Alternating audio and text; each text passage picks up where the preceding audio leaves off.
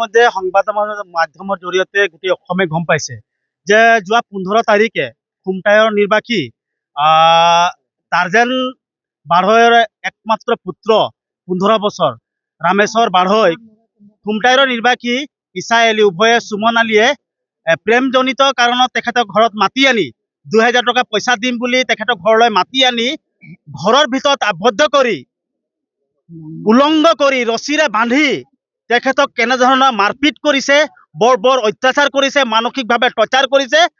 এই গোটেই ঘটনাটো আমি যেতিয়া গম পালো, আমি তাৎক্ষণিকভাৱে আমাৰ স্থানীয় লগত যোগাযোগ কৰি পেলাই প্ৰশাসনক আমি দাবী কৰিছিলো। কিন্তু দুৰ্ভাগ্যজনক কথা যে এজন 15 বছৰীয়া কিশোৰক ঘৰত মাতি পেলাই তেখেতক বান্ধি অত্যাচাৰ কৰি মাৰপিট কৰি তেখেতক যেনেধৰণৰ ব্যৱহাৰ কৰিছে, এই ঘটনাটো আসলে নিন্দনীয় আৰ গৰিহণাৰ যোগ্য।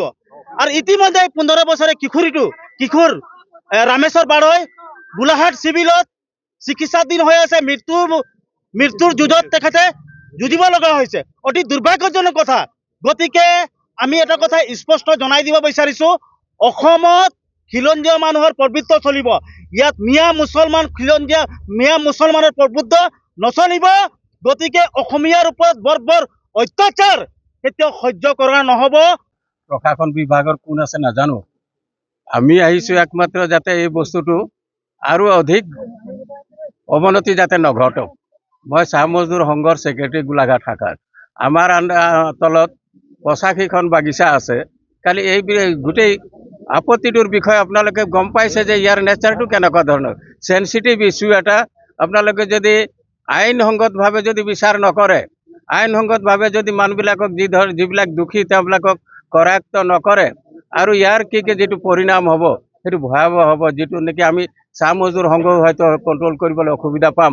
গতিকে আপোনাৰ ওচৰত এইটোৱে আহ্বান, আপোনালোকৰ সাংবাদিক বন্ধুবিলাকৰ জৰিয়তে আপোনালোকে প্ৰশাসনক আমি জনাব বিচাৰিছোঁ যে এই যিটো আপত্তি, যিখিনি কথা আজি ক্ষোভত তেওঁলোকে ওলাই আহিছে, আমাৰ ছাত্ৰ বন্ধুসকলে জাতিটোৰ ওপৰত যিটো এটা আক্ৰমণ চলিছে, এই কথাটোৰ ওপৰত আপোনালোকে গুৰুত্ব সহকাৰে লওক আৰু ইয়াৰ সেনচিটিভ এটা ইস্যু, তাৰ গুৰুত্বটোৰ বুজক। ইয়াৰ সুদূৰ প্ৰসাৰী এটা পৰিণাম ভুগিবলগীয়া নিচিনা কথা এটা মই দেখা পাইছোঁ।